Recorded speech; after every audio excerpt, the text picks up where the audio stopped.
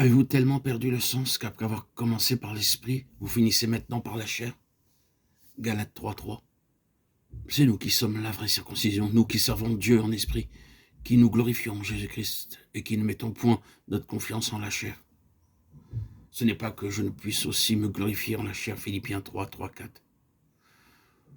La chair est le terme qu'emploie l'Écriture pour désigner notre nature déchue, soit le corps, soit l'âme. À la création, l'âme avait reçu une place intermédiaire entre l'élément spirituel et divin et l'élément sensible et terrestre de notre être. Elle devait ainsi conserver à chacun des deux ce qui lui revenait, et les amener peu à peu à une si parfaite union que le corps même de l'homme en serait devenu spirituel. Quand l'âme céda à la tentation des sens, elle rompit avec l'esprit et tomba sous la domination du corps. Elle devint ainsi chair. À présent, la chair non seulement est privée de l'esprit, mais elle lui est hostile. La chair a des désirs contraires à ceux de l'esprit. Galates 5:17. La chair est en lutte avec l'esprit de deux manières.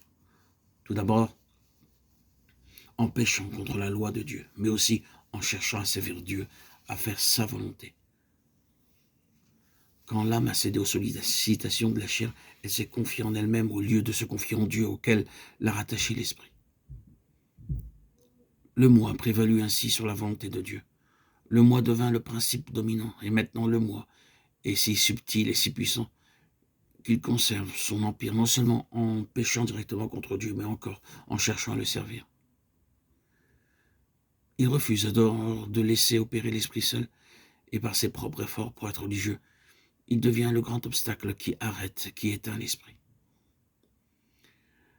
C'est cette séduction de la chair qui produit souvent ce que Paul reproche aux Galates. Après avoir commencé par l'esprit, vous finissez maintenant par la chair, Galates 3:3.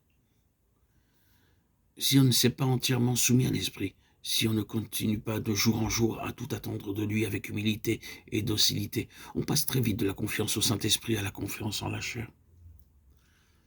C'est ainsi que tout effort de la chair pour servir Dieu devient la force même du péché.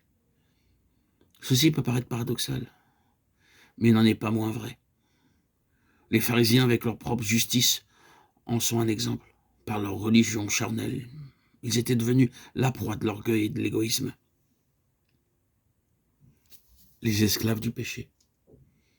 Et les Galates auxquels Paul demande s'ils veulent continuer par l'effort de la chair, ce qui avait été commencé en eux par l'esprit. Ces Galates qu'il avertit de ne pas chercher à se justifier par les œuvres. N'est-ce pas précisément chez eux que se manifestaient les œuvres de la chair au point de les porter à s'entre-déchirer? Pour retenir les âmes dans la servitude, Satan ne saurait trouver de meilleur artifice qu'une religion selon la chair. Il sait que jamais la chair ne pourra plaire à Dieu, ni vaincre le péché. Il sait que la chair, après avoir prévalu sur l'esprit pour servir Dieu, finira par user de cette même force au service du péché. Ce n'est que si l'esprit anime réellement de sa vie le culte rendu à Dieu qu'il opère en nous l'obéissance pratique. Pouvoir renoncer au moi dans nos rapports avec le prochain, pour pouvoir triompher de l'égoïsme, de la colère et du manque de charité. Il faut commencer par renoncer au moi dans nos rapports avec Dieu. C'est là que l'âme, le siège du moi, doit apprendre à s'incliner devant l'esprit qui vient de Dieu.